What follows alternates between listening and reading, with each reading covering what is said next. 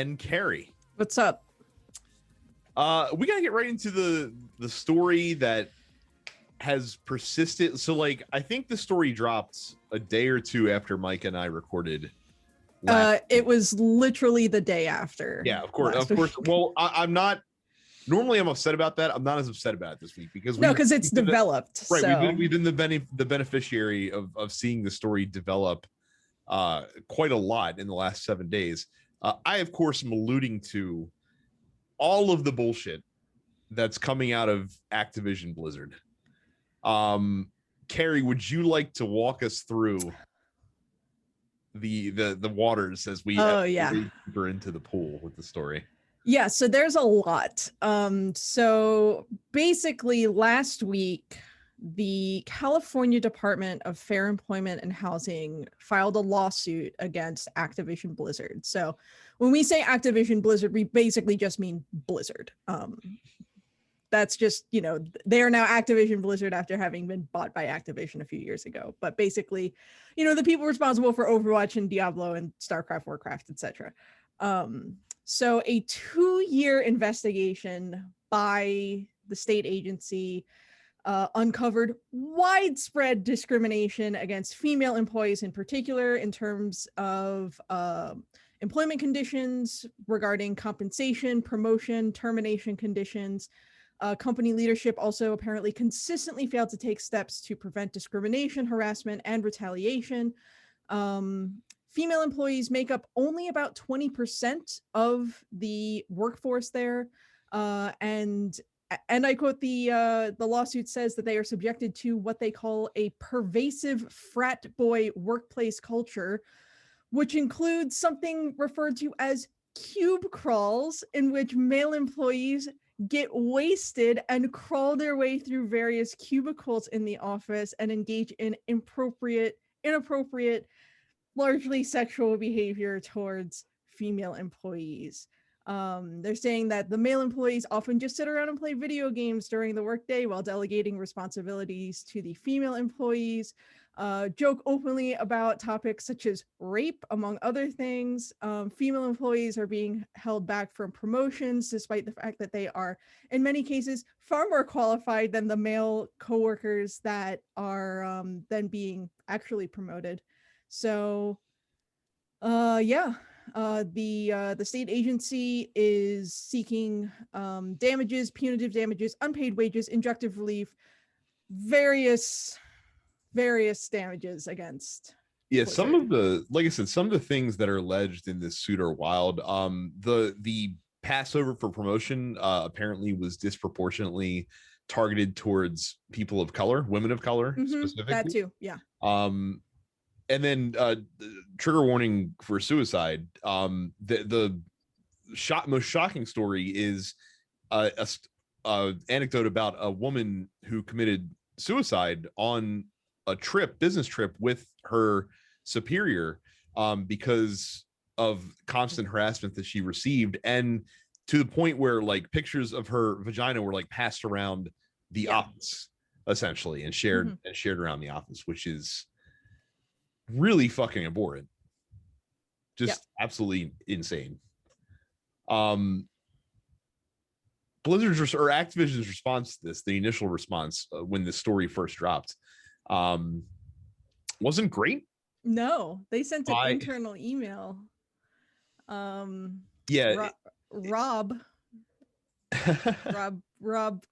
I don't know how to pronounce his last name. Well, no, that's not even the one that I was going to that I was going to call out first, because the first one that came out was from Frances Townsend, who is the president of corporate affairs at Activision.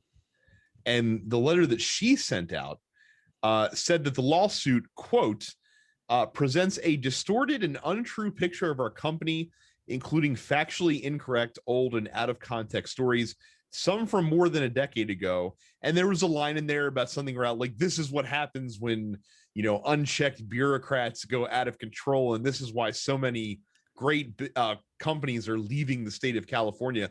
When I read that statement, I was like, wow, that's like one of the most Republican-ass statements that I've ever seen in my entire life.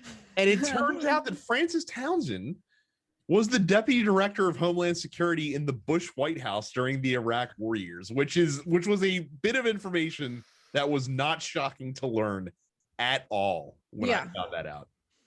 Activision president Rob Kostich emailed employees basically the day after the story broke, saying these allegations are disturbing and there's zero tolerance for this type of behavior in our workplace or in our society. And it's just like, if there's zero tolerance for it, then why has it been going on for the last however many years? I always loved how that's like the knee-jerk response. And again, this isn't a press release. Like, this is something that was sent out to employees. This is an internal email. Yeah, this is an internal email that got leaked out. And like I always love how the knee-jerk reaction is like, well, this isn't who we are. Well, no, but it is. Like it very obviously is who they are. Literally did an investigation for 2 years. These behaviors are not reflective of our Activision company values. Yes, they are. This is what your company is. This is what Blizzard is. Period.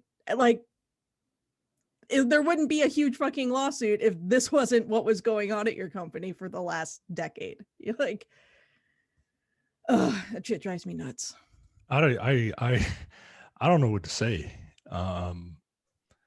You know, I'm not a corporatist, but you know, I'm also not the type of person that's just to like at this point, like, we can burn it down, right?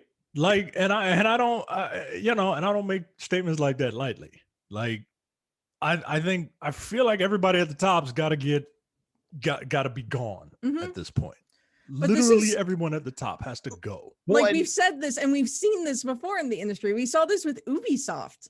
Like 6 months ago, we saw this with Ubisoft. And guess what? The people who were responsible for overseeing this company culture are fucking still there. Like, nothing has changed. Well, I think what's changed is that the tolerance level from workers has changed, because within the span of a week, employees at Activision Blizzard have mobilized very quickly to demand essentially some kind of a response from their higher ups, which we'll get into in a little bit. And I think that's one of the things that's different, is that I don't remember seeing kind of this level of organization when all of the Ubisoft stories kept dropping week after week, because it seemed like isolated to specific people that were called out and not necessarily the culture, though the corporate culture was talked about. Like, it was always about these specific people, whereas with this situation, this is like, oh, this was going on all over the place, right? And this is a culture issue, right? This isn't like, oh, here's the 3 people responsible for doing all of this. This is a cultural problem at Blizzard. Well, and what's beneficial is that the fact that this news came out has seemingly empowered a lot of folks who were keeping, you know, might have been afraid to say something before, and has kind of emboldened them to speak out publicly, to kind of talk about things that they've seen themselves, things that they've experienced themselves. And there's just it just feels a lot more organized around the immediate reaction to what's going on, so that we don't have to wait for corporate America to drag their feet to do like even a half measure, which is usually all we seem to get from these situations. Yeah. I mean, so far we've gotten a whole lot of we're sorry. It's like the fucking South Park. I failed you. I'm sorry. Sorry. Like, well, that's all it reads like to me. Well, it's notable too that, like, you couldn't even get that from people that are currently there. Like, the people that spoke out were Mike Morhaime and Chris Metzen, who aren't there anymore at Blizzard anymore. Like, they both left Blizzard. But of course it took this for them to speak out and realize things about that. That might be because, so I don't know if you guys saw this made the rounds in the wake of this news coming out. So, like, there's this video from BlizzCon, I think it was in 2010. Where, I know which one you're talking about. Where a female fan during the panel that they had for Diablo 3 was standing in front. It wasn't Diablo 3, it was World of Warcraft. I think it was World of Warcraft. Where she basically was like, asking them if they would consider making the female designs less overly sexualized, because World of Warcraft is by far one of the worst culprits when it comes to like female characters wearing like chainmail bikinis compared to like full plate armor for the male characters. The phrase that she used was like, can we make them look like less that they came out of a Victoria's Secret catalog? And the whole panel laughed at her. Yeah, the whole panel laughed at her. Like the joke was like, you know, what catalog, you know, oh, what catalog do you want them to come from? Like that kind of thing. And just kind of like fucking buried her like right to her face. Of course, the crowd, you know, of fucking neckbeards and incels booed the shit, you know, booed her for even asking the question in the first place. But again, like this is the kind of shit we were talking about, how video games have only recently started to really focus on trying to become more inclusive. And that's not just the games themselves. Like that's everything around the game culture. It's from the top on down. Like the culture sucks, and it has sucked for a long time, and it's finally starting to catch up with folks. And I hope Blizzard is taken to task for this, because some of the examples that have been given in this lawsuit are unacceptable behavior. And I think what really sticks out for me is, again, like, unlike Ubisoft, which, as you mentioned, was very much the result of like 3 or 4 specific assholes at Ubisoft, this is a culture problem. And the way that you get a culture problem is when people don't get called out on their bullshit. Like, I feel like I really need to stress, particularly to the male listeners of this podcast, that if you are in the room with one of your friends and your friend makes a sexist comment or makes like some joke, a rape jokes, shit like that, and you don't call them out, even if there isn't a woman in the room, like if you allow one of your friends to say shit like that and you do not hold them to task for it, then you are now responsible for creating a culture in which that is acceptable. Period.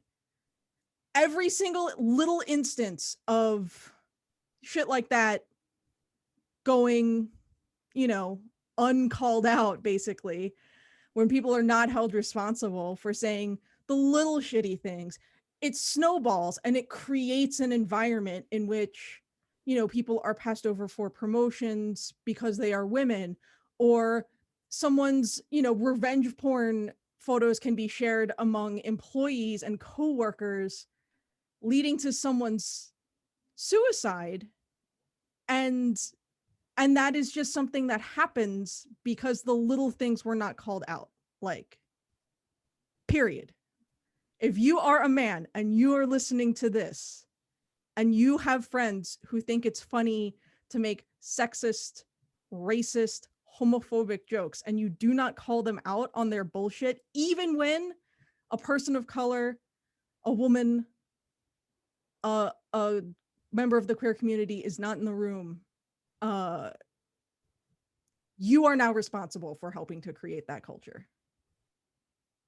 Yeah. And again, it's not, this doesn't happen overnight. Like this is something that's, you know, instilled and reinforced, and it doesn't change. And it takes stuff like this. But of course, like, it's great that this stuff is coming out now, like that it's seen the light of day, because nothing, you know, sunlight cures a lot of things. Like when things get, you know, brought to the surface, that's the only way that you can start to affect change them. I hope that this empowers more people who are at, you know, not just Blizzard or Activision, but at other game companies who are seeing this sort of behavior. I hope that this lawsuit empowers them to speak up and speak out about it. Because particularly if you're coming into a place where that culture is already prevalent, you may not feel as though you have the ability to say anything. Well, now it's certainly empowered over 2,000 employees at Activision Blizzard who saw that response that the company released internally and said, this is bullshit. That's actually I'm going to quote a few lines from this open letter. which was signed by, again, over 2,000 employees. The subsequent internal statement from Francis Townsend are abhorrent and insulting to all that we believe our company should stand for. Our values as employees are not accurately reflected in the words and actions of our leadership. We believe these statements have damaged our ongoing quest for equality, both inside and outside of the industry. These statements make it clear that our leadership is not putting our values first. Immediate corrections are needed from the highest levels of our organization. So, yeah, basically, like, these employees were saying that they don't trust Activision to keep them safe. Essentially, like, they don't trust the company they work for to keep them safe, which is completely rational thing to think in the wake of a lot of these all these allegations that are coming out. Especially, like, can you imagine if you're a woman, especially if you're a person of color, like, even if you haven't overtly experienced that kind of harassment or that kind of discrimination, you might not realize it. Like, how many people that work for Activision now are now, like, rolling back past incidents in their head and just kind of, like, hyper analyzing, like, I didn't think anything of this at the time, but, like, what if, right, this was that and that kind of thing. So that came yesterday, and then today it's discovered that they are planning, and when I say they, I mean employees of Activision Blizzard, are planning a walkout on Wednesday to protest what's going on. Apparently, a lot of developers that work on World of Warcraft have basically just stopped working in the wake of that statement coming out, and basically, according to people that have sources inside, that nothing is happening with World of Warcraft right this second, which seems like it could be a big financial problem down the road, especially with a game that's connected online all the time. Which again is not good for people that play World of Warcraft, but at the same time, like, I don't blame these people for doing what they need to do to make their voices heard. Protests are supposed to be inconvenient, guys. Yes. You know what I mean? Like, if all you care about is playing World of Warcraft, well, then you better do your part to make sure that this company gets taken to task, so that the production can get rolling again. That's how you make change. Even if that's your very selfish reason, right? If that's your selfish reason for change to happen, I mean, at this point, I'm with it, right? Like, because something's got to happen. And Jesus Christ, man! Like, as much as video game companies and companies just in general are they're always quick to trot out diversity and to give you stats on how many. What does every Ubisoft game, at least every Ubisoft Assassin's Creed game, start with? It starts with, this game was created by a cadre of people of multi genders and nationalities, and like, they're proud of it, right? But they're still treating people like shit. And I don't know what else to do. I don't know what else to do.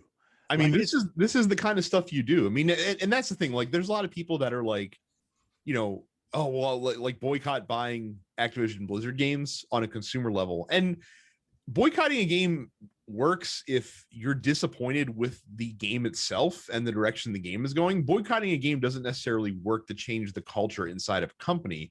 Right. I think that, making your voice heard and standing alongside the people that are trying to affect this change and demanding that this company be held and that their leaders be held to account for the change, I think, is how you affect change. Like, if Diablo 2 Resurrected shits the bed from a sales standpoint, there's not a single person inside, not a single sales analyst in Activision Blizzard that's be like, well, this obviously didn't sell well because of the culture of harassment at our company. That's just not realistically what's going to happen.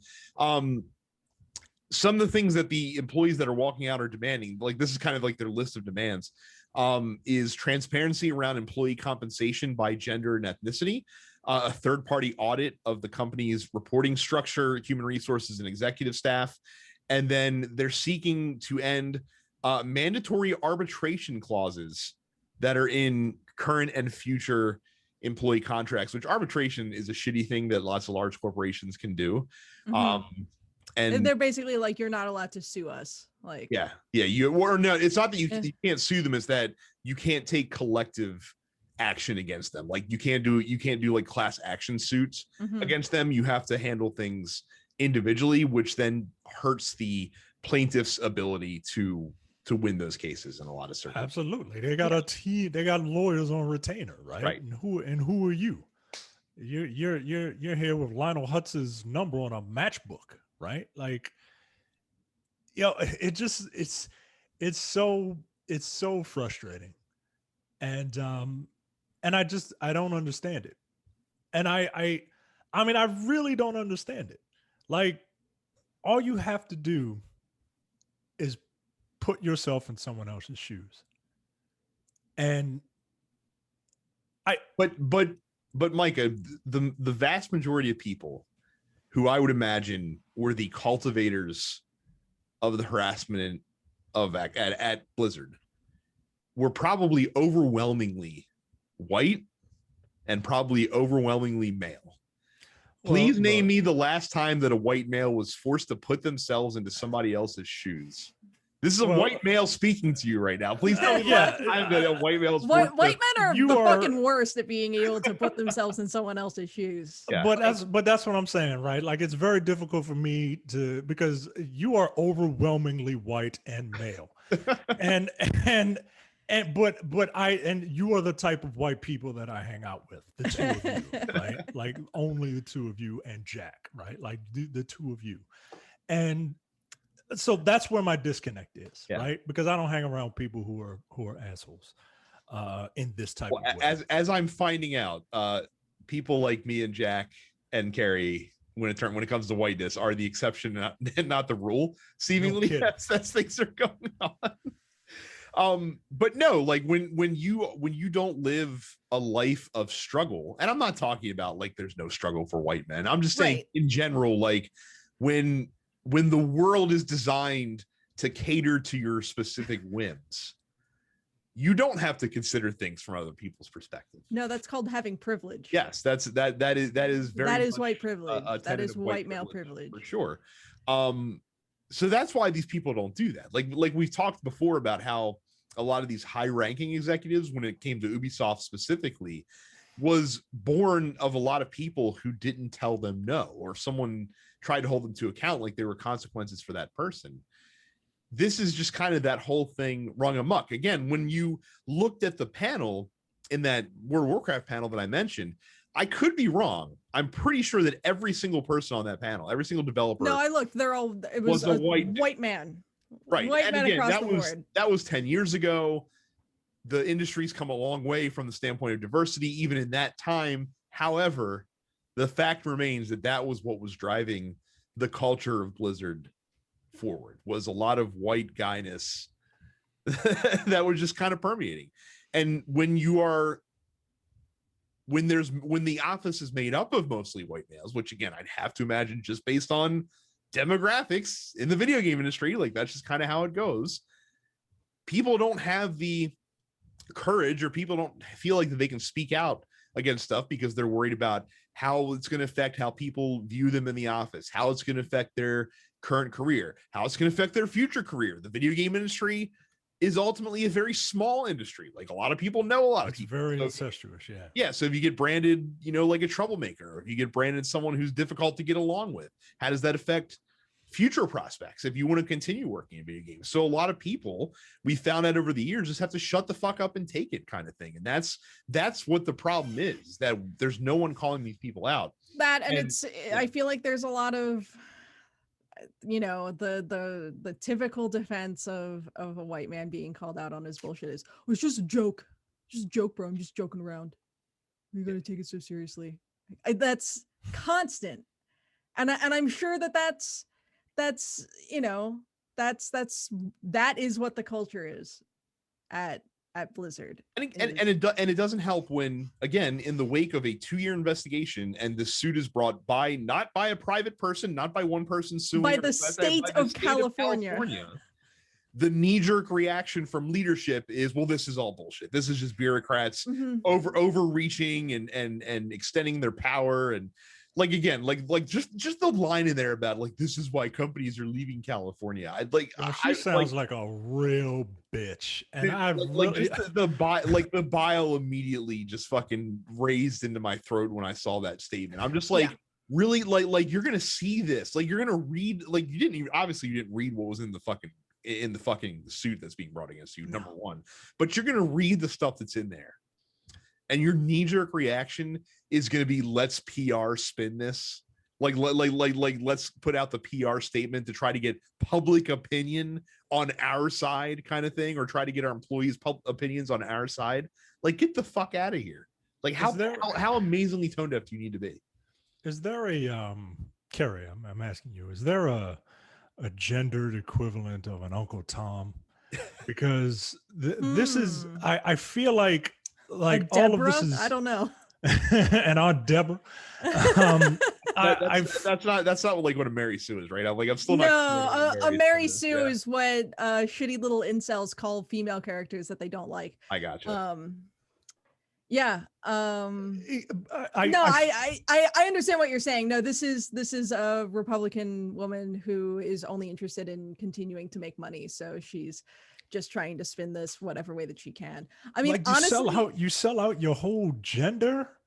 We saw fucking 47% of white women sell out their whole gender when they voted for Trump a few years ago. So yeah, I guess I can't put nothing past anybody, man. No, because for a lot of white women, their whiteness comes first. Yeah, like that Bill Burr joke that everybody got offended, every white woman got offended by. Yeah, that Bill Burr was absolutely fucking spot on about white women. You were right there, standing next to him. Yeah. That statement is the thing that really gets like my blood boiling. Yeah.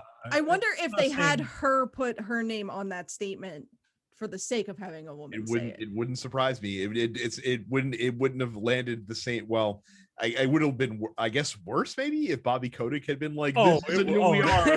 Now let me fan myself off with my bundle of $100 bills. Right. I feel like they'd have been coming to Bobby Kotick's house with pitchforks.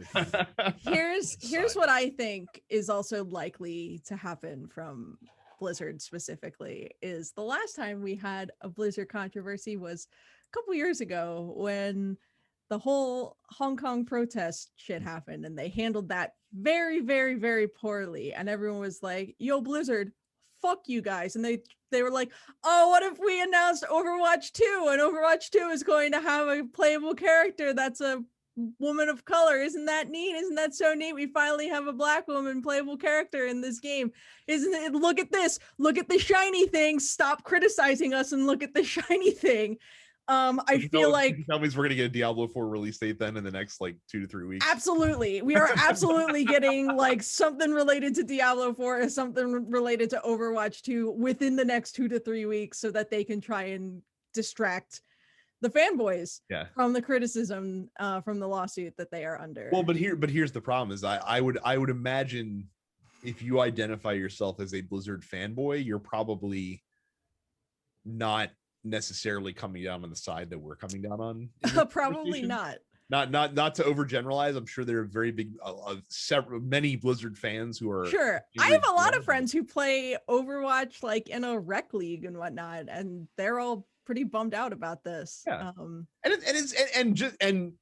the least important aspect of this, but still something that's probably the most relevant to the people listening and all of us, it does suck to fucking give your dollars to companies that behave in this, that treat their employees like shit. It's shit. And like, you still do it because you don't want to deprive yourself of fun, but you're not feeling good about it when you're fucking handing over that I haven't spent money on a Blizzard game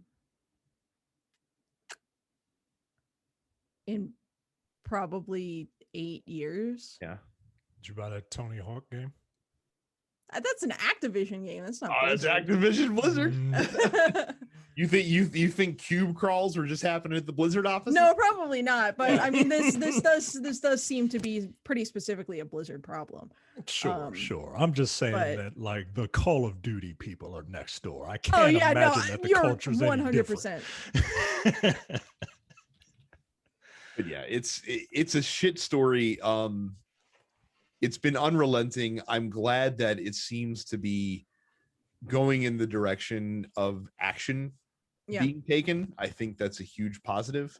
But I really, really hope that companies start seeing what happened at Ubisoft, start seeing what happened at Blizzard, and start to take a little bit more of an introspective look at what's going on inside of their companies and fixing these. What's going on with their hiring practices? Right. Like clean your house. Like, don't just assume that it's not happening at your house, because it probably is too. Like, especially in this industry, it just seems like there's a lot of really fucking shitty people that have been allowed to fester shittiness and move up into positions of prominence within a lot of these companies.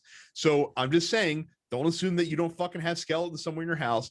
Figure this shit out, get ahead of it, change the culture at your company. Otherwise, it's going to be your turn in the barrel like 6 months from now. Like at some point, like it's like you're going to be the next one that's getting the investigative report, because I guarantee you that people like Jason Schreier, people like, people that do this work, that actually dig in and find this information, they have sources everywhere, man. And people see this stuff, and it's very easy to send Jason Schreier a DM on Twitter and be like, guess what, Jason Schreier, this shit's happening at my company too. Yeah. Would you like to hear about it? And then it becomes like he's like a bloodhound that finds the scent, man. And he just fucking digs in. It gets all up in your shit. Like that. Like, that's not what you want. That's not what you want. Like I said, Schreier's coming is not what you want to hear when you're executive at a video game company. I don't think. No. I just have a picture of him in a black trench coat whistling "Farm in the Dell" with a pen and a pad and a press hat. Yeah. Speaking of Jason Schreier, he broke a similar, I would say a related story about Blizzard this week. Now, for what it's worth, he said that this story had been in the works for several weeks before this lawsuit in California got filed. But he reported that he reported extensively on the Warcraft 3 Reforged debacle, and why I think this might even go past debacle. This could be qualified as a official boondoggle. A boondoggle. Okay, we're gonna have to create our scandal ranking system between what the severity between a debacle and a boondoggle. I feel like debacle, and then below debacle is like clusterfuck, and then boondoggle is like it's like below that. Yeah, so Warcraft 3 Reforged, when it released, it's bad. It's fucking not good at all, which was kind of surprising given that Blizzard is generally known for releasing games of quality. They release something that's a good game out of the box as opposed to having to release a bunch of patches. Now the issue is very similar. It's that the culture at Blizzard fucking sucks. And that there was a lot of conflict and whatnot within the dev team on Reforged, and things weren't going well. The dev team worried that they had promised more than they could deliver on. Remastering Warcraft 3 was more complicated than their previous remake. Morale was really bad, and Blizzard pushed really hard to, not push back the release date or anything like that. So it released, and it was fucking garbage. Yeah. And they knew it. And they knew it was bad, and they released it anyway. And Blizzard vowed to patch and update Reforged, but that hasn't really happened. My favorite part of this whole thing is that when they released this game, they literally took down the original version of Warcraft 3. So this was the only version, the shit version, like the ass version of the game that they put out that they knew was bad, was the only version that you could play. Right. Which is a fucking terrible idea. So yeah, why wouldn't you at least like leave the old version up, or give players the option to go into the old version? Like, I don't understand, if you know the game is shit and you know there's gonna be problems and you know you're gonna get a backlash from it, why wouldn't you be like, hey, while we're working on this, here's, you still got the original Warcraft 3 that you can play. So yeah. Schreier said on Twitter that the sort of through line between this and the lawsuit story is the fact that people who were seeing the issues did not feel as though they had the ability to speak up and be heard with their concerns due to the culture at the company. So not only is Blizzard's terrible work culture affecting women and causing issues with discrimination against women and people of color, but it's also leading to bad games being released. So get your shit together, Blizzard. Seriously. So, well, that sucks. Sorry to start things on a down note, but let's make a hard fucking turn into talking about Pokemon Unite. Actually, a really fun game. I've heard it's very fun. It's very fun. So for context, I've never really played a MOBA before. They never really looked interesting to me. I didn't really care too much. But look, Pokemon Unite was free. People are like, is like, like League of Legends on training wheels, essentially. So I'm like, well, this could be cool. It's like, it seems like it's low overhead. And it is. Pokemon Unite is a very fucking by the numbers multiplayer online battle arena game. And if you don't know what that type of game is, basically there's two teams. There's a number of players in each team. Each team has a number of like goals, essentially, or like areas on their side of this symmetrical map that they have to protect. Essentially what you do is you kill, or as you pick up character. Each character has unique abilities. You go through, it's a timed match typically. You beat up on NPC characters to gain experience. As you gain XP, your character will get new abilities that persist only for that match. And usually you have a choice of different abilities you can upgrade between. You can also fight other players on the other team as well. When you defeat them, they have to get kind of sent back to their base and respawn. And there's usually some kind of a small penalty. And you're just trying to attack their base and score as many points as you can while defending your own base essentially as well. And when the time limit's over, whichever team has scored the most points wins the game. It's pretty simple. It's a formula that Pokemon really lends itself well to, just because of how Pokemon is. Because not only do you have the unique Pokemon that you can control that all have unique abilities anyway, but the fact that Pokemon can evolve into different forms of themselves make the leveling system really like streamlined, and it makes perfect sense that, oh yes, of course, once my Charmander becomes Charizard, it gets this crazy like fucking ultra ability that you can use where you can literally pick up another Pokemon and slam them into the ground as fire burns around them. Like, naturally, that completely makes sense to me. The game is really fun. Like, it's very. Now, this wasn't developed by the Pokemon Company. This was developed by another developer that's owned by Tencent in cooperation with the Pokemon Company, but it still has that very Nintendo aesthetic of very simple to jump in on. But the strategy depth is there when you need it. Like, there's not a whole lot of actions that you can do. Teamwork is pretty streamlined in the game. Even without voice chat, like, you can still communicate pretty well with your teammates, and the strategy is there, and it's just been really fucking fun to play. Like I wasn't it helped that I got like the gold star in my first match. Like, I was the MVP of the game and just kind of and started rolling. But the minute-to-minute gameplay is fun. Matches only last like 10 minutes. And they even have a quicker version that you can play as well, which is also really fun. They don't show the scores during the match, which I think is also pretty nifty, because it does, like, if your team starts to get blown out, it's not like everyone bails. essentially. All they tell you as the match goes on is like, oh, we're winning by a little bit, or oh, like we're really far ahead, or oh, we're really struggling to keep up. Like you get that message occasionally.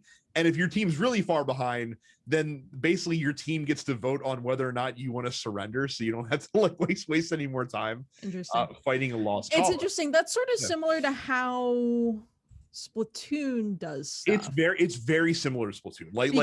You get like, if your icon is bigger than the other team's icon, then you're ahead. And if you're down by, I think, more than 15%, it'll say danger, but it's easy to come back from that. Well, and Unite has that mechanic as well, because with like 2 minutes, it becomes like fucking Family Feud with like 2 minutes left, like all the points double, and legendary Pokemon spawns in the center of the map, which you have to basically take on as a team. Like you can't kill it by yourself because it has too many hit points.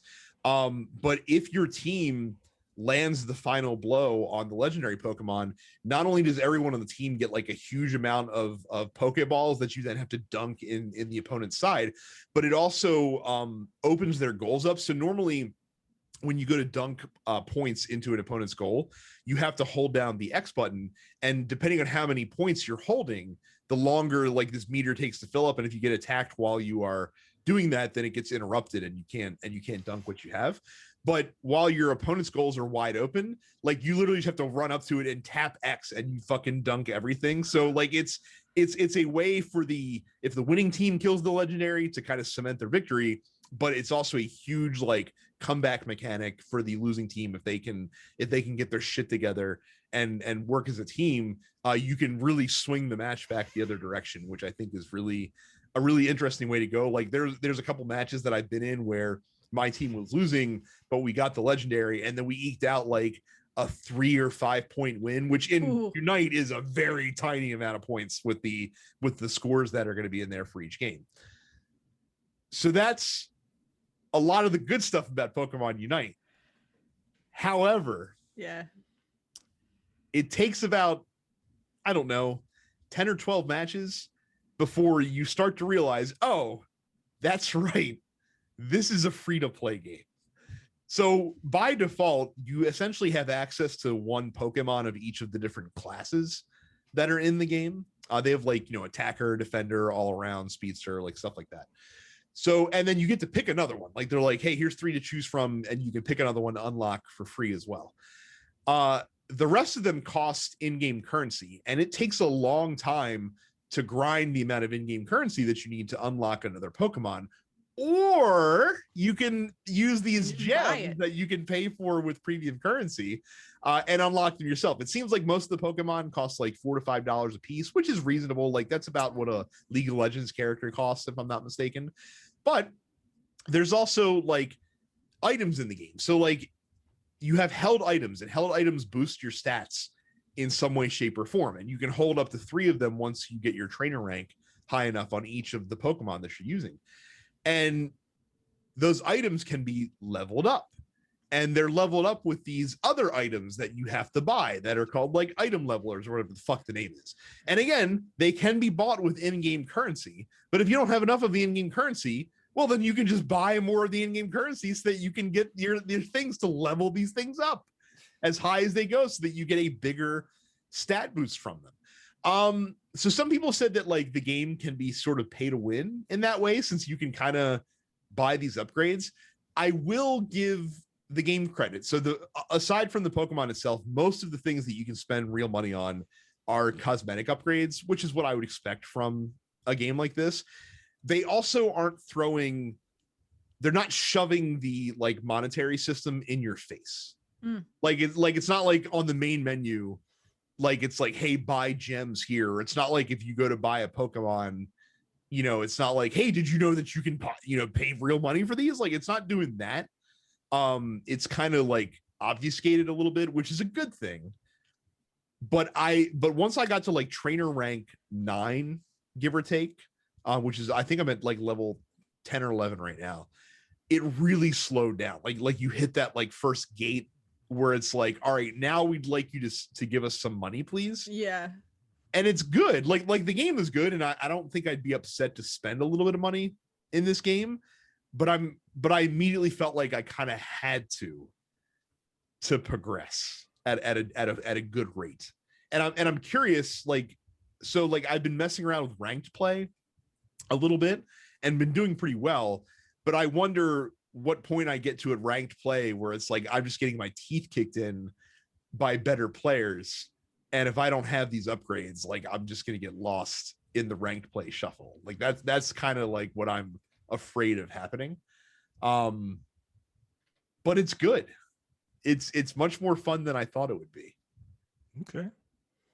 And I would encourage you, if you've never played a MOBA, to try it, because it seems like it's the easiest MOBA to get into. Like if you've always been like, man, League of Legends looks interesting, but it seems like it's too much. Pokemon Unite is not too much of a thing to immerse yourself in. Okay. So all right. I'm staying away from this game. That's perfectly fine. It's like I said, you can make some cool plays. Carrie, tell us about your experiences with Monster Hunter Stories 2. Yeah, I finally started playing this last week. This is the single player JRPG version of Monster Hunter.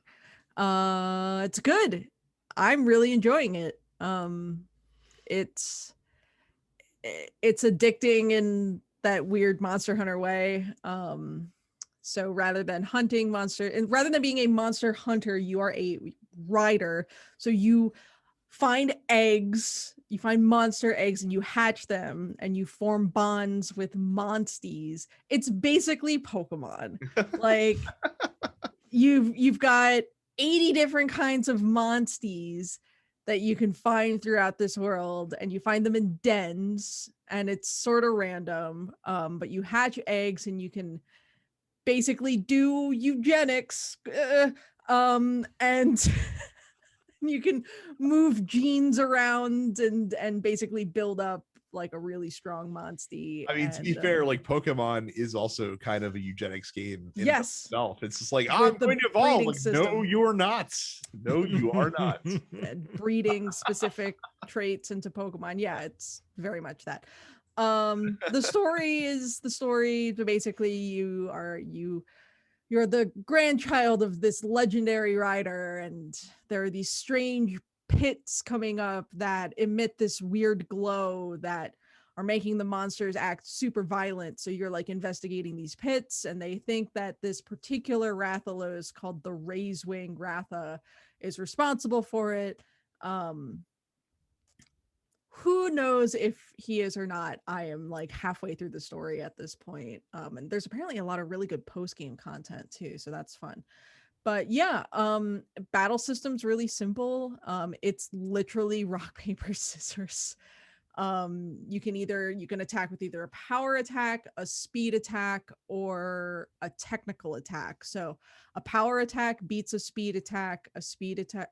No, sorry. A power attack beats a technical attack. A technical attack beats a speed attack. A speed attack beats a power attack. Okay, that makes way more sense. Yeah. Like obviously these people have never looked at the fighting game rock paper. No, it's true rock paper scissors, and you can do like cool combos. There's also sort of like a sub rock paper scissors sort of. So you can have either like a slashing weapon, a piercing weapon, and a blunt weapon.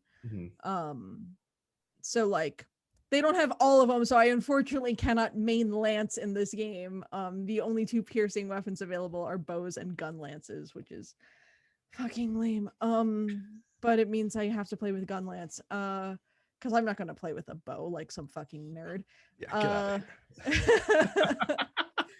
So, and it does seem silly to use a bow in a game where a gun is available. So. Right. Yeah. So piercing is bow and gun lance. Slashing is greatsword and sword and shield, and then blunt is hammer and hunting horn. So certain, like, you can do the thing where it's like, okay, cool, I'm going to target the monster's tail, and the tail is particularly weak to one of these three types of things. So if you change weapons, which you can change every turn if you want to deal more damage and break parts and get extra rewards and whatnot. But yeah, I like it a lot. It's really cute. The music is good. I like the characters. Story is very JRPG, but yeah, it definitely like the sort of cycle of like, okay, cool, I'm gonna like go into a monster den and I'm gonna fight a couple things in here and I'm gonna get an egg and hope it's a good one, and the cycle of hatching eggs and breeding monsties to then use against other monsties is very similar to beating the piss out of monsters to take their parts and then make more weapons to fight more monsters. Yeah, it's fun. I enjoy it a lot. It's on PC and Switch. I'm playing it on Switch because I wanted the collector's edition like a enormous dork. And I almost kind of regret not getting it on Steam because it does look a lot better on PC than it does on Switch. It does. Alas, I mean, it's fine because I can like play Monster Hunter and then also watch the Olympics at the same time. So that's fun. And then I'm still playing a lot of Final Fantasy XIV because it turns out I like MMOs now. Who would have thought? Not me. I now have like 90 hours in Final Fantasy XIV, and I'm a little upset with myself. That's the only MMO I could get into. Like I got into 11 first. Why I was addicted with 11. Why is it? How is it so much different than like World of Warcraft? It is, man. I don't know what I've played World of Warcraft and it just didn't do it for me. And I don't know if it's that Final Fantasy name. I don't know if it's the aesthetics. For me, it's a lot of the aesthetics and the music. Like, look, yeah, like being able to fight Gilgamesh and to do battle on the big bridge. I was like, cool. Yeah, sold. I'm sold. Like, fuck me up with battle on the big bridge. I see all these spells and enemies that I'm used to seeing. Like it's familiar. You know what I mean? Like that's what got me into it. And then it seems to me like the thing from what because I looked into it once Carrie started playing it, because of course, like I said, I've never met a good zeitgeist that I couldn't get caught up in. It seems like one of the things that people really do like about the game is that you can have one character and you can learn every class on one. That's a big thing. Yeah, you don't have to stick with just one. So like I've been working, so like I'm maining Dragoon, which is a melee DPS class because I like Final Fantasy IV and I want to look like Kain. But the I've been sort of doing tank stuff with Dark Knight, and that's been a lot of fun. So like my Dark Knight level is now almost as high as my Dragoon level. You have all these crafting classes and all this other stuff you can do. I don't take a ton of joy in doing that. My husband's really into the crafting and gathering stuff. I'm just Are you paying for the game now? I will in 4 more days be paying a subscription for the game. Because my free play period is almost up. Because once I bought like the full game, which now has all of the expansions in it and whatnot, I'm well into Heavensward at this point.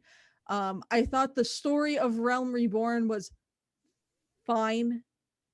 Mm-hmm. I thought the period, like the main quest, the main scenario stuff between the end of Realm Reborn and the start of Heavensward, there's like this chunk of bullshit, and it is such a drag to get through that.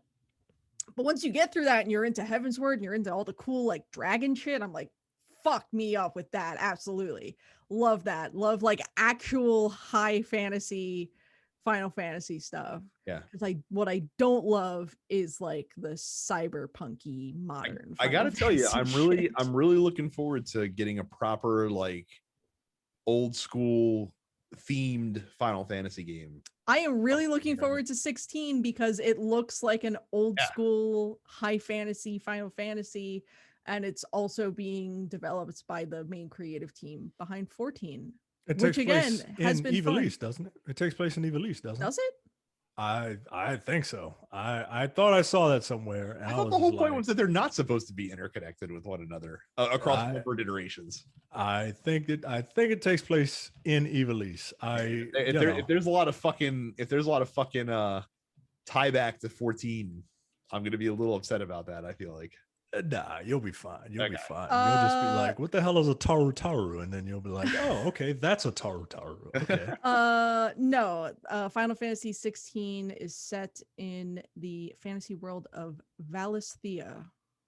So Valisthea, not Evilise. Well, maybe I just have 14 on the brain then. Yeah, because I know they one of the more recent expansions added Evilise to it. So yeah, look, I'm enjoying the shit out of it, which is great. It seems like a lot of people are enjoying the shit out of it, which leads us into this next story where yeah, so they've had to do a lot of server maintenance recently because too many people are playing Final Fantasy 14. Well, apparently, so what is it? It said in the Eurogame article here, it says that Steam saw a peak concurrent of 67,000 players, which is an all-time record for the game. Doesn't sound like it's a lot, but for an MMORPG that's not World of Warcraft, I feel like that it is a lot. It's a lot. Yeah. Yeah, it feels it's interesting. Like it feels very busy when I'm playing, and I'm playing on a popular server. I play on Leviathan. So if you play on Leviathan, let me know. Or if you play on the Primal data server, let me know. Yeah. It's interesting. So Naoki Yoshida basically told players that people don't need to don't show restraint. Apparently a lot of people have basically publicly said like, hey, we're not gonna maybe we won't just like AFK in game. I'll make sure to log out rather than just like idling in game while I go do something out. But yeah, he basically says don't stop having fun. We understand that this is just part of the game. There are ways of, he says, I myself have played many an MMO, so I know how watching other players bustle past during mealtimes physically and mentally prepares you for challenging dungeons later. Now a spontaneous dance performance can brighten everyone's day. These are ways of role-playing, and they are part of the fun of MMORPGs. Oh my god, that's the most Japanese thing I've ever heard. Therefore, I want you to know that while I deeply appreciate you being considerate, activities such as the above are part of the game too, and you don't need to show so much restraint that you stop having fun. So I think that's really wholesome of him to say. Yeah, I mean, now there is an automatic logout after being idle for X amount of time. Yeah, so basically he says, allow the system that we've put in place to do its job. So it's cool to see this game having been having rebounded the way that it has, because again, I remember where it started out when the game first when it released, and it was bad. Yeah, it's a bad game. It was pretty awful. Yeah, he says, please continue to enjoy Final Fantasy XIV in your own way and show our new players how alive its world is with adventures of all sorts. The one thing that I have really enjoyed about Final Fantasy XIV is that at large, I feel like people are really chill. Like it seems like a really cool community. I've been solo queuing into dungeons and raids and whatnot, and haven't really encountered a lot of assholes.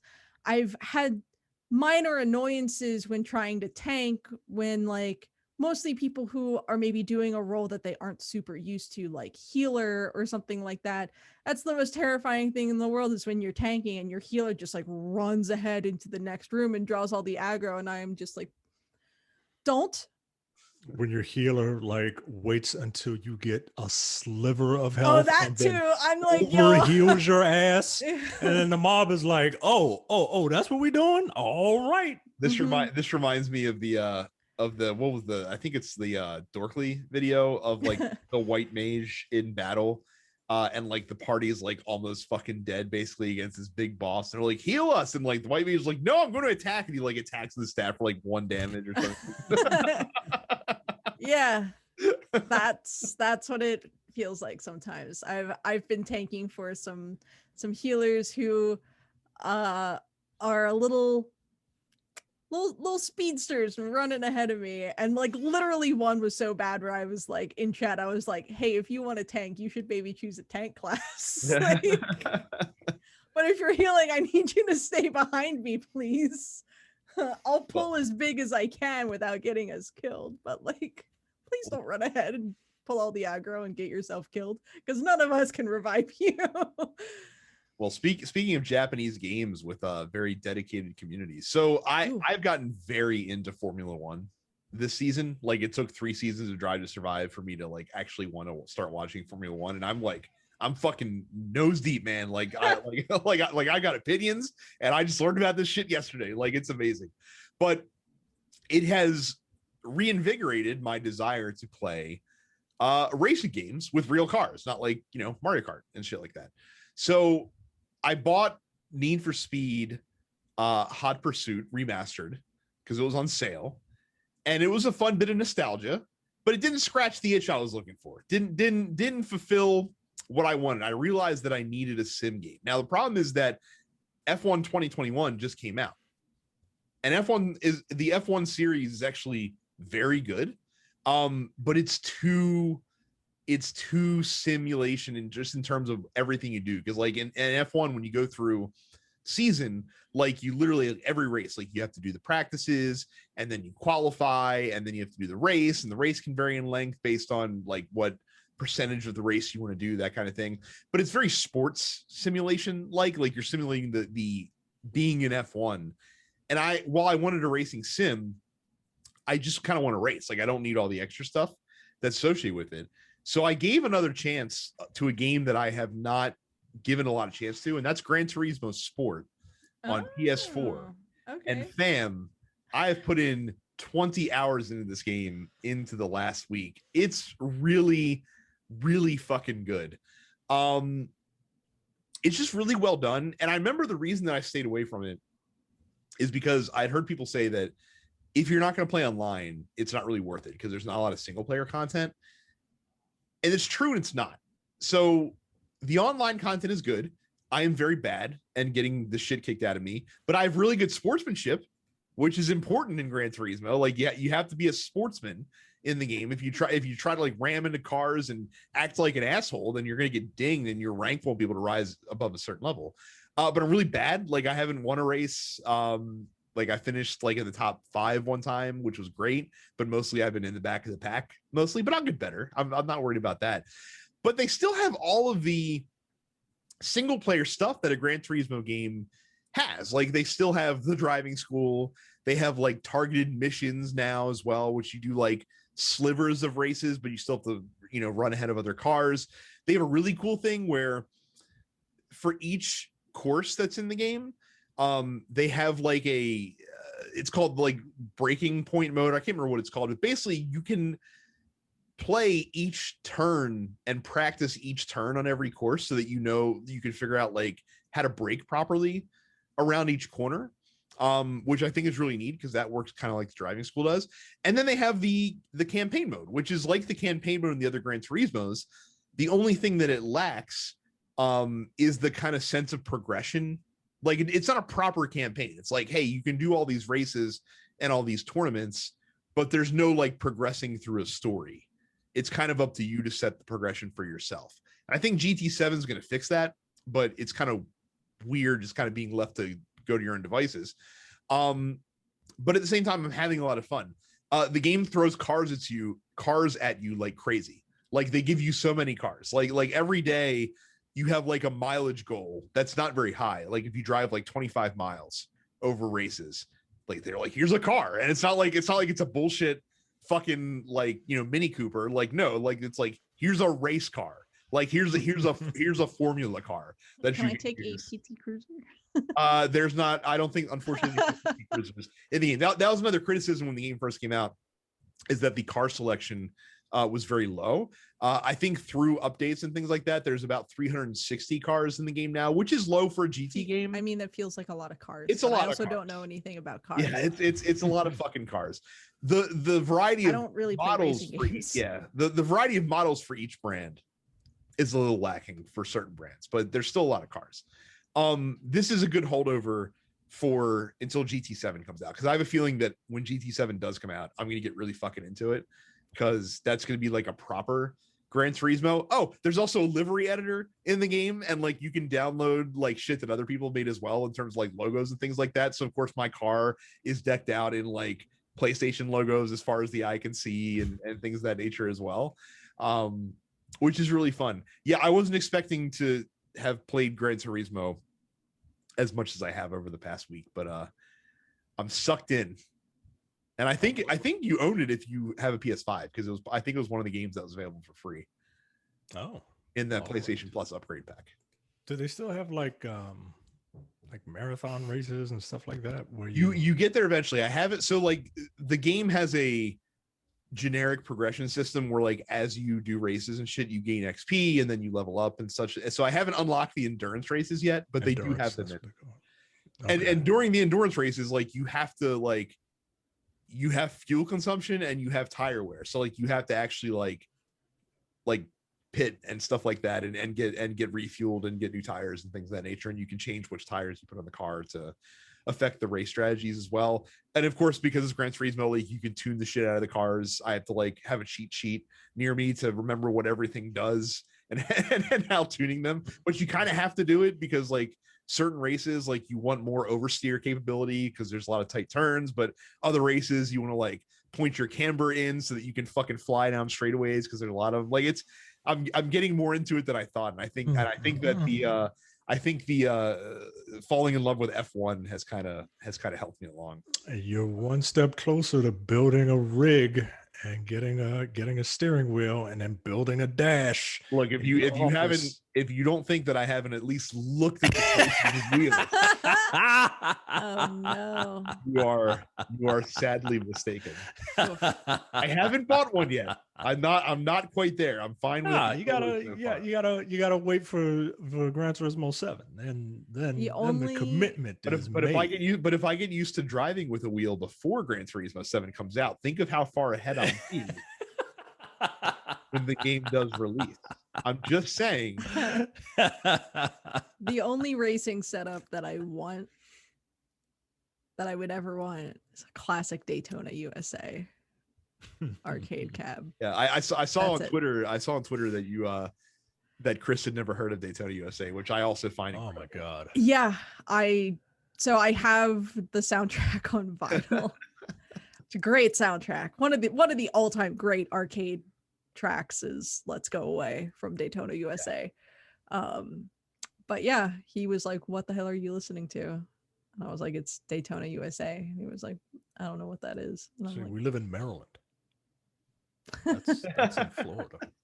That's where my wife's from. Let me go through the new releases here real quick. Contra returns, coming to iOS and Android. Microsoft Flight Simulator is on Series X. Apparently it's really good on there, which to the surprise of everybody, which you shouldn't be. The Series X is a fucking computer. Get out of here. Neo, The World Ends With You, comes to PlayStation and Switch. Samurai Warriors 5, that's right, they made another one, comes to Xbox, PlayStation, Switch, and PC. I didn't even know this game was coming out. Like, they're just like, oh, no, Samurai Warriors coming out. I'm like, do they not even announce them in advance now? They just kind of appear as from nowhere. So, The Great Ace Attorney Chronicles comes to PlayStation, Switch, and PC. Finally. Finally. Finally. It's actually a pretty big release week, in all honesty. Like, I'm going down the list here. Tribes of Midgard to PlayStation and PC. Chernobylite to PC. Nier Reincarnation comes to iOS and Android. Did not know that Nier was getting a mobile game, but all right. The Forgotten City comes to PlayStation, Xbox, and PC. Eldest Souls, this is a game I have my eye on, comes to PlayStation, Xbox, Switch, and PC. This is a top-down Souls game, essentially, like a Souls game with Diablo combat. Which is pretty cool to me. The Final Fantasy Pixel Remaster series comes to PC, iOS, and Android. The Ascent, which Micah is looking forward to, and me, comes to Xbox and PC. And then Alone With You comes to Nintendo Switch. That's actually a fucking summer release week right there. That's a hell of a week. Yeah. Microsoft Flight Simulator is 102 gigs. I mean, that's less. I mean, to be fair, they do have to put like the whole world in there. Yeah, it's like all of Google Earth. It's like the whole Earth. Yeah. Well, more on that next week. Oh yeah. Yeah. Why not? It's not costly. Yeah, you're right. Shit, I might play it on my fucking phone. Flight Simulator on your phone. Let's see how this fucking goes. I didn't realize. So you can play the fucking DS version of Final Fantasy IV on Steam. Oh yeah, for how long? I think they're keeping it because it's the 3D. It's considered a separate title. It's just 3D remake. I didn't know that. Now, correct me if I'm wrong. It's just the first 3 that are coming out this week, right? Like the other 3 are. I think so. Maybe, but it's not specified here. So I could have sworn I heard they were releasing 1, 2, and 3 first, and then 4, 5, and 6 later. Huh. I hope not. I'm definitely not going to play 1, 2, or 3. No. I've played 1, 2, and 3, and I don't need to do that again. Well, like I said, 1 is outdated at this point. 2 sucks, and then 3 got done better in 5. So like, yeah, you can wait for that stuff. I feel like the only one of the first 3 I would be curious to play the pixel remaster of would be 3, because like I haven't played the original version of 3. I've only played the DS version, which changed a lot.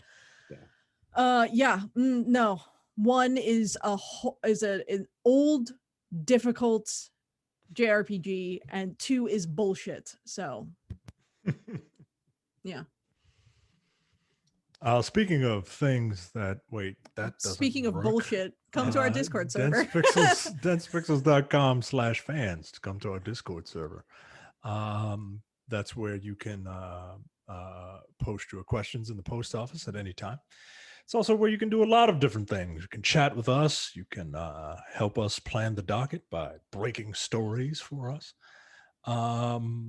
It's a good time at densepixels.com/fans. Go to youtube.com/densepixels and subscribe. You could look at me being incredibly rude and unprofessional earlier while I was eating. If that's your thing, if you like watching black men eat food. That's someone's fetish. That's 100% someone's fetish. We're going to bring in a whole new audience. Maybe not the one we want. Subscribe to the TMP Studios podcasts weekly basis, wherever you get your podcasts, including the Nerdpocalypse, which is going to be off this week because Jay is going out of town and I don't feel like doing the show. Black on Black Cinema, where Jay and I discussed Guess Who's Coming to Dinner, not the Bernie Mac version. Coming Distractions, our contemporary movie review show.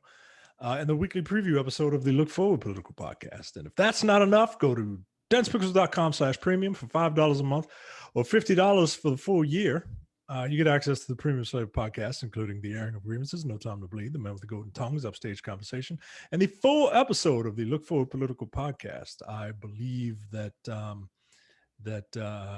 Jay and Brad said something to the effect of me being the cause for Jeff Bezos to go into space or something along those lines. Along those lines. Yeah, you are the supporter of an awful company, not us. Yes, not us who enable you on the shows that we host, but it's you, the man that does the ad read on a weekly basis. It is the person left holding the bag who is responsible for all of the crime. Go to densepixels.com/premium. I don't know that we have too much out of the other topics that we're talking about this week. So like EA Play was last week, and they kind of tempered expectations by being like, hey, all the things that you want to hear about, we're not talking about any of them. Yeah. So don't expect it. So it was kind of lackluster. I guess the most notable things to me, Grid Legends, like they're making a grid game and like they're doing the full on like Madden long shot story mode, like it's the game's built around that. And it's all live action, which is interesting. I find the return to live action sequences in video games to be extremely interesting because obviously they saw 50 people bought Night Trap remastered. They're like, there's all of them there built. I mean, obviously this was something that they tried to do very early on in the early to mid 90s, and it was met with I would say middling responses. And a lot of the problem with the early live action incorporation into video games is that they didn't hire good actors. So everything sort of felt like a shitty B movie. Though I feel like that plays into the charm of a game like Night Trap. But meanwhile in Grid Legends they're using like the same technology that like the Mandalorian used to be able to film on a soundstage without it looking like you were working against a green screen. Yeah, essentially. So like the technology's gotten a lot better, both in terms of filmmaking and in terms of making video games. So it feels very seamless between a live action story shot and the actual video game. So it piques my curiosity in a way that makes me wonder if we're going to see more of that sort of stuff in the years to come. So something that they showed off that I think to EA feels like a really big deal. And I feel like that I don't think the community that it's designed for is going to think it's a really big deal, is basically in Battlefield 2042. They're putting in like the GoldenEye mode that you played with your friends, where you could kind of create the rules for the battle that you want to do. And the thing that's cool about it is called Battlefield Portal. So you can pull in assets from the entire Battlefield series. Basically, like you can have like Nazi soldiers with their sticks and fucking like shitty guns against like one dude in a fucking Harrier jet, like raining death upon them and that kind of thing. And you can do it on all these different maps from different games in the series. And like they showed a lot of like really wild game modes. I think they're kind of trying to piggyback off of what Halo did a few years ago to great success. I mean, fuck, I didn't like the fire team mode essentially get created out of a Halo 3 like multiplayer mod in a lot of cases. So like I get what they're going for. I don't know the Battlefield community well enough to be able to speak to if this is something that they're going to be excited about. I thought the Battlefield community liked playing like the 32-on-32 like large scale like conflict matches that are in the game mostly. Yeah, I thought that's kind of what separated it at first. Made it something slightly different. Yeah.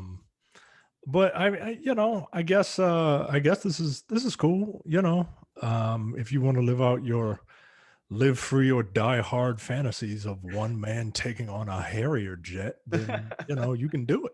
You can. They had one where it was like these like 20 of these like 20 players on one side controlling like these robot drones against one in like a Sherman tank or something like that was trying to do that. So that it like I said, it seems like you can kind of play with, it's a sandbox you can kind of play in and fuck around with. And then the Star Wars Squadron developer EA Motive is putting out a Dead Space remaster or remake, I guess, in terms of in this terms here. Yep. It's only gonna be for next gen, well, current gen. And I think a lot of folks were disappointed that it's not a new Dead Space game.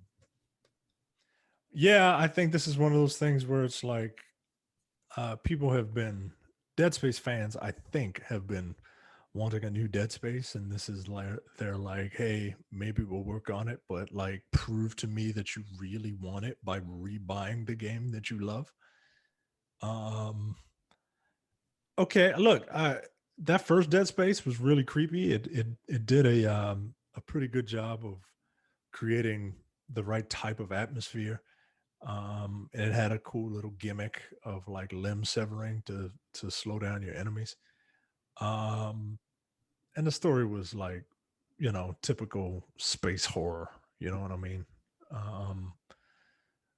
I'm interested to see. The first Dead Space was great, and I'm interested to see where this goes. Like, because by that third one, they kind of lost everything that. I don't think the fans would want them to just do a straight like remastering of all three games of the series. Like maybe two, but then they'd want it to go in another direction. Yeah, 100%. That third game, they missed the point. Like they like alone, no one can hear you scream. Like, but yeah, together you can murk the shit out of all the right. Like you could be fucking space commandos if like, all right, okay. It's like I said, if I worked for Visceral beforehand, I'd have a little bit of a bad taste in my mouth with this happening. I mean, again, this is the game that EA purposely shifted to a more action heavy direction and a cooperative direction, and we're like, oh no, by the way, you have to sell 5 million copies, and the studio closed because of it. Like, yeah, yo, that's fucked up. And then now they're like, oh, we're bringing it back because we finally made a single player game that people wanted. So we see value in single player games now again that are well done. Yeah. So cool. Carrie, why should we be excited about Fallout 76 custom servers? I just think it's neat. Bethesda's bringing custom servers to Fallout 76, which basically allows people to just play the game however they really want to play it. You are only allowed to build your own custom server or create a custom server if you have a Fallout First subscription, which is like a $13 a month subservice, something like that. So that allows them to create private worlds and stuff like that. Now, here's the thing. Only one person in a crew has to have a Fallout First membership. Anyone can be invited to a custom world or private server. But why is it so much? Because they gotta make their money back on this fucking mess of a game. Because everything else they've released for it has been free. Yeah, so I mean, you can change combat, you can change how camps are handled. It's however you want to play. They are also going into Bethesda is creating Public Worlds, which is a rotating series of Fallout Worlds experiences available to all players, which will basically feature sort of specific settings that anyone can sort of try out. So yeah, I mean, again, I commend Bethesda for doing seemingly everything they can to make Fallout 76 a worthwhile experience. I also commend them for doing that because I gave them a lot of shit for several months when the game first came out. Yes. So I have to applaud them when they're trying to do right by all the folks that purchased the game. Having played the game again somewhat recently, I think it's worth trying out if you haven't played it before. When are companies going to realize just release stuff into early access like this? Like, yeah. How many games like this have to fucking fall on their face out of the gate and improve steadily over time before that's just a thing? Like, trust me, there will be people that will be there for your early access game. But just calling it early access will save you so much grief. Yeah. Yep. I what's it going to take for this to become a widespread trend is my question. So good for them. Good for people who are still playing Fallout 76. I think it's neat. Look, again, they are still just like, they are throwing content into this game for the people who are still playing it. And almost all of that content is free. The only stuff that you have to pay for is like the Fallout First stuff, which isn't necessary for a complete experience. So if you enjoy the other Fallout games and you saw the absolute, I'll call it a boondoggle, that was the original release of 76.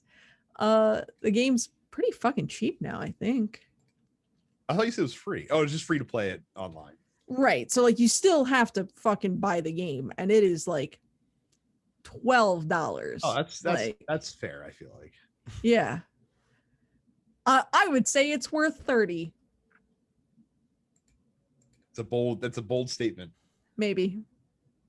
Where could I go to procure such a game? What wares? What sells these wares that I could buy if this Fallout 76? Well, we can continue to try and send Jeff Bezos into space and hope he doesn't come back this time. Go longer next time, Jeff. Yeah, stay out there, man. You can go to densepixels.com/Amazon and you can buy Fallout 76 for like $12. It's really cheap. You can buy all sorts of other shit on Amazon. Again, I really hope that he takes his dick ship and he just goes all the way out. And they really made that rocket look like a penis. It really looks like a penis. His rocket did look like a big white penis that he shot into space. Like where was like somebody in the room had to be like, this looks like a penis. Someone had to bring it to their attention. I think it's the culture at Amazon, this big conglomerate, that prevents people from speaking out of it, even if it makes their owner look like a giant dick. Perhaps phallic shaped rockets are the most effective aerodynamically to be able to get into space, I suppose.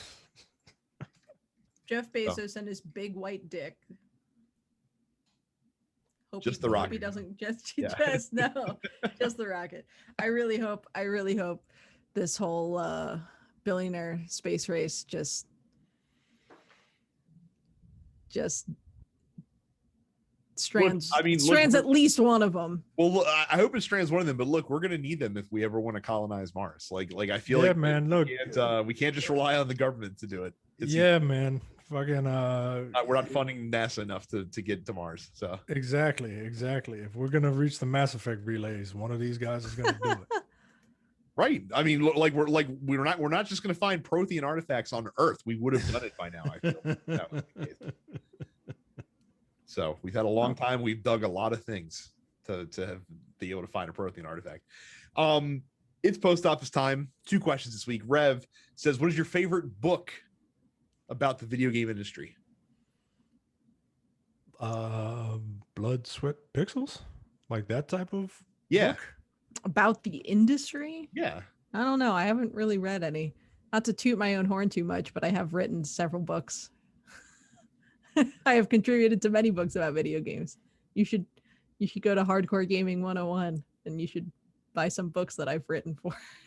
There you go. Just name your book. Yeah.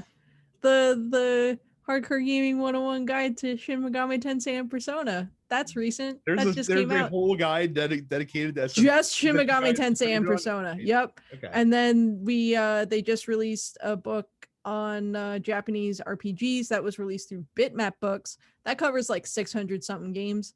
I wrote about Golden Sun and a few others, but like Golden Sun. I could have used that Persona book a couple of hours ago. I finally made it back to where I stopped. 66 hours in. Yeah, 66 hours in. And I didn't fight the boss the first time, but I fought the boss of the space level. Yeah, Okumura. Yeah, Okumura was a fucking pain in the ass. Yeah, he's the worst boss in the game, Jesus man. Christ, he's actually worse in Royal. Yo, I was so pissed, yo. I was like, yo, I had a ton of fucking trouble with him on Royal. Full disclosure, I put the game on easy mode because I was so pissed off. I cranked down the difficulty, whooped his ass wholesale, and moved on with my life after trying to actually beat him on normal I mode. did not play any Persona this week because just like I said last week, I'm at a point where I'm like, man, when the next time I log into this game, it's just gonna be me fucking around at school for like a week and a half. So I'm not. I think you're done, man. I think you're done. I think that's it. I'd like to get back. I'd like to get back to it. I want to see how. What was the last boss you fought? Madarame. Okay. Yeah, you got a ways to go, man. You got to keep going. How that situation resolved itself. I feel like with Persona, I at least want to catch back up to real time. Like, you know how they tell the story through flashback at the beginning of the game? Like, I think I at least want to get to see what's happening with what you're doing. You got a ways to go, bud. I'm still not there. Oh shit, really? Yeah. Oh man. I thought that was like the halfway point of the game where that happens. It's like 75% of the way. Oh man. All right. Wow. Okay. Well, anyway. I've played Persona 5 twice. Yeah. Twice. I played Vanilla and I played Royal. Both of y'all got a fucking ways to go. Actually, Micah, you're actually pretty close to that point at this point. I think the next dungeon or palace that you do is the point at which you catch up to real time. All right, because goddamn, like I finally got this trying to, man. And now I got 2 weeks to kill. Yeah. So I gotta. You should go fishing. Hang out with the boys. You can build up your social links. You can work your way through mementos. If you are not working on mementos, you are fucking up. I'm trying to get in good with Makoto. Okay, that's a good choice. Because that's the you get choice. You get as the protagonist, you get your choice of women. Yeah, that's how real life really works when you're absolutely awkward 16-year-old child. Yeah. Even like older women, which is like. Again, no. The game is very Japanese. I'm just saying. Yeah, the game is very Japanese. Very aspirational. I do love. Like, look, I went for Kawakami? For Kawakami. Yeah, you made see, I get it. I get it. I'm just saying, like, I like how like the first story arc in the game is centered around this guy being gross by going after like these young girls, but at the same time you're just like, but I can also date my teacher. Right. not only fine but encouraged. But if I date my teacher, it's fine. Thank you. Again, full disclosure moment for me tonight, I have a body pillow of Kawakami in my house. Where one side is her like teacher outfit and the back side is the maid outfit, and it is wow. Yeah, that was something I bought at Otakon a few years ago, and I remember taking a photo of it and sending it to my husband, not asking permission, but sending him a warning that it was happening, giving him a heads up that that's something I was bringing into our marital home. I've not read Blood, Sweat, and Pixels, but I want to, because Press Reset, Ruin and Recovery in the Video Game Industry was a very good book that I enjoyed very much. That was also written by Jason Schreier, the one that came out this year. Mike, I highly recommend it. You could probably pound through it in a week. It's not a long read, but it is a gripping read. And everyone should check it out, because as we're talking about like video game companies being kind of shit, you can learn a lot of stories about video game companies being kind of shit from from the business standpoint in that case. But yeah.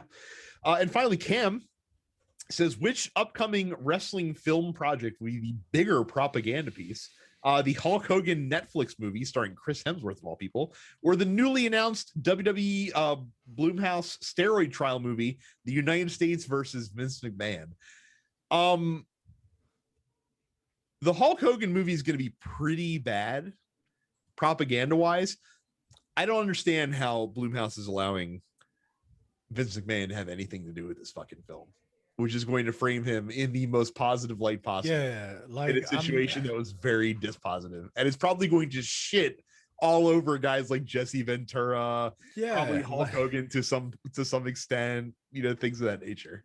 Yeah, I'm going to see it, but at the same time, like, I'm going to take everything I see in that thing with a grain of salt, man. Yeah, like it is not. I want a real, like, because it was fucked up, man. Like, I want a real like documentary on that. Yeah. Not just now that being said, Vince McMahon is no less of an egomaniac than Michael Jordan. And The Last Dance had a lot more like harsh Jordan critique than I expected from a thing that was produced by Michael Jordan. Yeah, but I didn't feel like The Last Dance was. I feel like The Last Dance was at least fair to Michael Jordan, right? Like, even if you got to see certain things about him that they played the sympathy angle a lot, when they could, especially with his dad and stuff like that. And I mean, that was fucking tragic. So it was, but at the same time, like, Michael Jordan's a bit of a dick, like, you to be successful in this world, you got to kind of be a bit of a dick. And I want to, you talk about big white penises. I want to see Vince McMahon as the big white dick that he is. Like the Hulk Hogan one, people have this thing with Hulk Hogan, like they lionize that dude like they lionize their superheroes and shit, right? Like, they don't. Honestly, I'm probably gonna end up being more offended by the Hulk Hogan movie, because we know so much about how shitty of an operator Hulk Hogan was. Right. I mean, forget the fucking racist bullshit. Like, just in the professional wrestling industry. Yeah, man. They're not going to touch on any of that. Yeah, like if Chris Hemsworth doesn't utter the line, that doesn't work for me, brother. Like, somewhere in the movie, like, it's not an accurate depiction of Hulk Hogan. Yeah, man, it's already not an accurate depiction of Hulk Hogan, because Chris Hemsworth ain't got legs to save his life. Like, you say what you want about Hulk Hogan, but like, the dude had legs. That's why his move was the fucking leg drop. Drop that 300-pound leg on your neck. But look, I'm gonna watch both of them. Like, I'm not gonna lie, I'm gonna watch both of them, and I'm probably gonna be disappointed by both of them. Yeah, and that's the other thing about Hulk Hogan. Like, Hulk Hogan, as a professional wrestler, is is a very interesting figure just in terms of what he like his contributions to professional wrestling and wrestling moments in his career. Hulk Hogan, the person, is not interesting at all. Like Hulk Hogan is not an interesting guy. He just isn't. Terry Bollea is pretty fucking boring. He's South Florida trash. I mean, come on, yo. But Hulk Hogan, like, and then like you said, like I would much rather a documentary, because wrestling, the most interesting thing about wrestling is not the wrestling. It's everything involved in it. It's everything else outside of that ring. And I'm super curious to see how they but again, the problem with documentaries, and we're going to see what this one is, this is going to probably have a very unreliable narrator attached to it. So it's important before you watch the Vince McMahon steroid movie to read some of the facts about the Vince McMahon steroid movie before you go into it, because it's a very interesting fucking situation that happened. This poor wrestling promoter who was eking out and stealing talent and wiping out territories all over the place. We have to pity him, and because the government tried to get him, right? Because the government tried to get him for distributing drugs, essentially. But I don't know. We'll see. I'm looking forward to it. Cool. That's it for this week. Thank you guys for the questions, submitting those. Again, if you are not in Discord, go to denspixels.com/fans. Join up today, get an invite. We take post office questions all week long, and you guys always come up with some good ones. So make sure that you guys are contributing in there as well. Subscribe to us wherever you get your podcasts, along with all the other TNP Studios shows. Subscribe on YouTube at youtube.com/denspixels. And while you're on the internet, follow us all on Twitch as well. I'm denspixels Brad, Carrie's stuff it's Carrie, and Terrence is Apparition 410. Thanks very much for watching and listening. We'll see you all the next time. See ya. You're watching the Dense Pixels YouTube channel. Click the subscribe button while you're here, and make sure you check out our weekly podcast where we discuss the latest gaming news and our impressions on what games we've been playing.